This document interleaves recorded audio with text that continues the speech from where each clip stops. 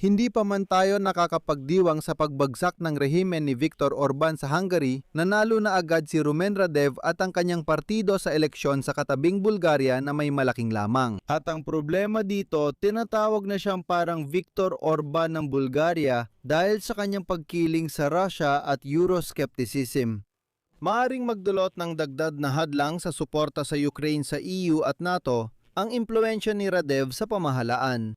Marami na rin ang agad ng lumo. Sabi nila, kung may isa pang Orban sa Europa na magpapakumbaba kay Vladimir Putin sa Moscow, magkakaproblema ulit ang Ukraine sa mahahalagang botohan sa European Council. Paano kung sabihin kong si Rumen Radev ng Bulgaria ay kilalang makarasya? At ang partido niyang Progresibong Bulgaria ay kumukuha ng halos 55% ng mga upuan sa parlamento, hindi siya magiging bagong Orban at wala namang dapat ipag-alala dito. Hindi ka ba naniniwala? Tara, pag-usapan natin ngayon ang puntong ito dahil marami na akong nakikita nagsasabi na may bagong Orban na raw sa Bulgaria. Pero masasabi ko na walang bagong Orban sa Bulgaria at wala talagang dapat ikabahala ang Ukraine doon. Ang pangalan ko ay Alexi Pecci. Tara't pag-usapan natin ang paksang ito. Pero bago tayo magsimula, hinihiling ko na mag-subscribe kayo sa channel, mag-like, mag-iwan ng kahit anong komento sa episode na ito at mag-subscribe din kayo sa aking Telegram channel na Pecci News. Ang link ay nasa description ng video na ito. May mga link kung paano suportahan ang channel na ito sa YouTube. Lubos akong nagpapasalamat sa anumang donasyon o sponsorship mula sa inyo. Sa maagang halalan sa parlamento ng Bulgaria, tiyak na nanalo ang koalisyon ng Progresibong Bulgaria na pinamumunuan ng dating Pangulo ni Rumen Radev na itinuturing na Eurosceptic at makarusong politiko. Makakakuha ang kanyang partido ng absolutong mayorya ng mga pwesto sa parlamento. Nakuha ng Partido Progresibong Bulgaria ang 55% ng pwesto sa parlamento kaya may sulong mayorya sila. Pero inulit ko, mukhang hindi nila makukuha ang 2/3 bahagi ng boto. Pumapangalawa ang centrist-populistang koalisyon na GERB-SDS ng dating punong ministro na si Boyko Borisov. Mayroon silang 13.5% ng mga boto. Ang koalisyon sa ilalim ng GERB ang bumuo ng pangalawang huling gobyerno ng Bulgaria na nagbitiw noong Disyembre dahil sa malawakang protesta laban sa korupsyon. Sa ikatlong pwesto ay ang blokeng binubuo ng partidong Ipagpatuloy ang Pagbabago at ng Koalisyong Demokratikong Bulgaria na may 12.6%. At sa mga huling nabanggit, si Radev, sa totoo lang, ay hindi isinasantabi ang posibilidad ng bagong koalisyon sa parlamento. Si Rumen Radev, na tinawag ng mga kalaban niyang hindi lang Eurosceptiko, kundi makarusuring politiko, ay nagsalita matapos ang botohan tungkol sa papel ng Bulgaria sa EU at ang pananaw na kailangang magbago ang Europa. Narito ang kanyang pahayag. Gusto kong tiyakin na magpapatuloy ang Bulgaria sa pagsisikap nitong manatili sa landas ng Europa. Maniwala kayo, ang malakas na Bulgaria sa malakas na Europa ay kailangan ng kritikal na pag-iisip at praktikalidad. Naging biktima ang Europa ng sariling ambisyon nitong maging moral na leader sa mundong walang patakaran. Kaya, dapat muling gamitin ng Europa ang kritikal na pag-iisip, praktikal na aksyon at makamit ang magagandang resulta. Lalo na sa pagtatayo ng bagong arkitektura ng seguridad at pagbuhos ng malaking pagsisikap sa pagpapanumbalik ng lakas ng industriya at kakayahang makipagkumpetensya. Ito ang magiging pangunahing ambag ng Bulgaria sa kanyang misyon sa Europa. Kawili-wiling pahayag, hindi ba? Bagaman inuulit ko, tinatawag si Radev na Bulgarian na Viktor Orban sa kung anong dahilan. Ang turnout sa halalan ayon sa Bulgarian Central Election Commission ay mababa, nasa 47% o mahigit 3 milyong tao lang. Ang halalan na yon ay resulta ng krisis pampolitika sa dulo ng 2025 kung kailan nagkaroon ng pinakamalalaking protesta sa bansa sa loob ng 10 taon. Nagsimula ang mga ito bilang pagtutol sa budget para sa 2026, ngunit mabilis na naging mga protesta laban sa buong sistemang pampolitika at katiwalian.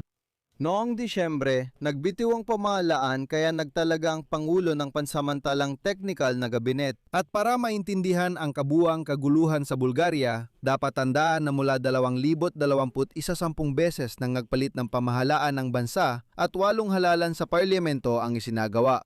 Ibig sabihin, bawat 6 na buwan ay may bagong pamahalaan. Gaya ng maisip ninyo, anong katatagan pa ba ang pwedeng pag-usapan dito?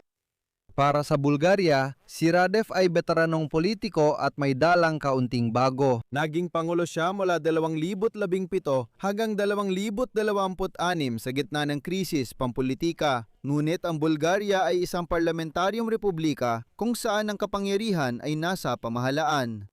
Kaya si Radev mismo, sa isang banda, ay wala talagang kapangyarihan para tapusin ang krisis at sa kabilang banda, formal siyang nanatiling hiwalay sa bangayang yon.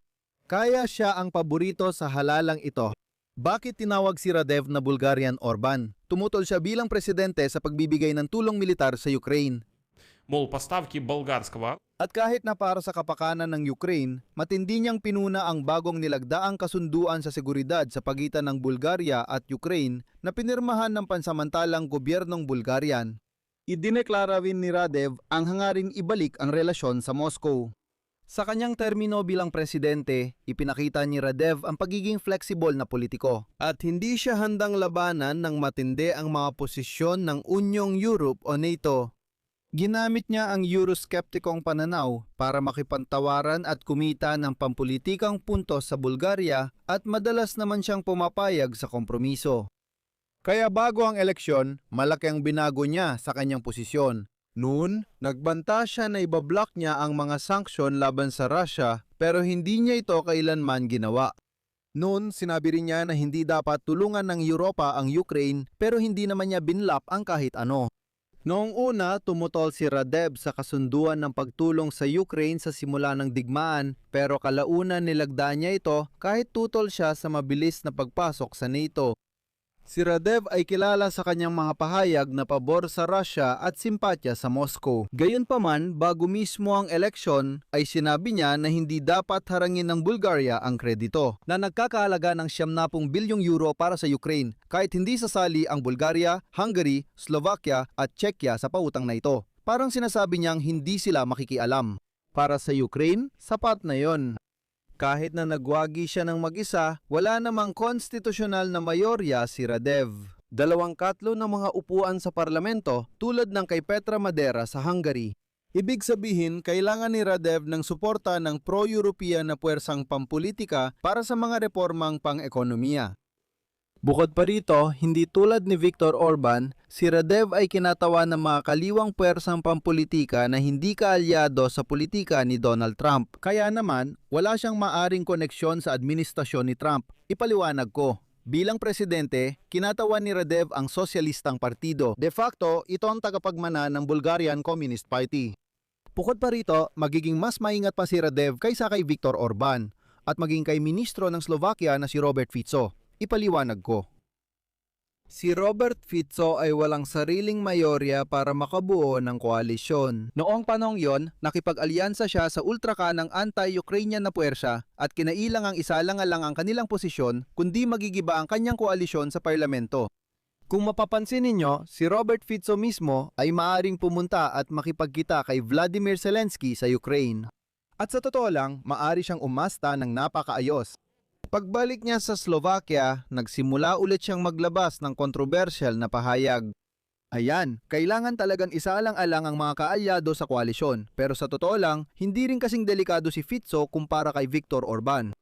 Si Radev sa parehong sitwasyon ay may sariling mayorya sa parlamento. Hindi niya kailangan ng mga kaalyado para bumuo ng koalisyon. Kailangan lang niya ng kaalyado para sa konstitusyonal na mayorya, kaya hindi laging kailangang makinig sa mga radikal.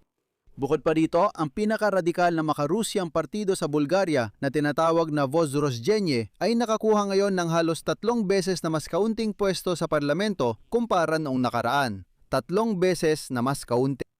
Kita ni Radev na hindi ganun kalaki ang suporta ng mga Bulgarian sa kanyang makarusyang pananaw, kaya hindi na dapat makipaglaro pa rito. Kung hindi, gaya ng kasabihan, baka mapilitan na naman silang magkaroon ng panibagong halalan. Kakailanganin din ni Radev ng pondo mula sa European Union para may sakatuparan ang mga ipinangakong reforma sa ekonomiya. Para magawa ito, dapat hindi labag sa direksyon ng European Union ang kanyang desisyon sa panlabas na politika. Malapit na nakikipagtulungan ang industriyang pandepensa ng Bulgaria sa Ukraine at nais nitong ipagpatuloy ang pagbibigay ng armas. Kaya mahirapan si Radev kumilos kontra sa interes ng sarili niyang mga industrialista.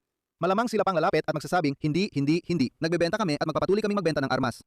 Kaya hindi dapat mangamba na masyadong hahadlangan ng Bulgaria ang Ukraine. Sa huli, may idadagdag akong mahalagang bagay. Tandaan ninyo, nung nakaraang taon, labis na nag-aalala ang Ukraine sa posibleng pagkapanalo ni Andrei Babiš sa halalan sa Czechia. Tinawag din siyang parang Czech na Viktor Orban noon. Pero noong Oktubre 2025, nanalo si Babiš sa halalan. Pero sa huli, hindi naman tumanggi ang Czechia sa tinatawag na Czech na inisyatiba para sa pagpapadala ng mga bala ng artilyerya. Lumabas na talagang kapaki-pakinabang ito para sa bansa. Sa tingin ko, ganun din ang mangyayari kay Radev sa Bulgaria. Dito ako maglalagay ng 3 tuldok. Isulat ninyo ang inyong opinyon at mga konklusyon sa mga komento sa ilalim ng episode na ito. Mag-subscribe kayo sa channel, pindutin ang kampanilya at huwag kalimutang mag-like. Kung nais ninyong suportahan ang YouTube channel na ito, maaari kayong mag-donate o mag-subscribe sa sponsorship. Makikita ang lahat ng link at detalye sa video na ito. Suportahan ang channel ni Alexei Pechi. Pumili kayo ng kahit anong format na komportable para sa inyo. Magpapasalamat ako sa anumang suporta mula sa inyo. Iyon lang po. Ingatan ninyo ang inyong sarili. Paalam sa lahat.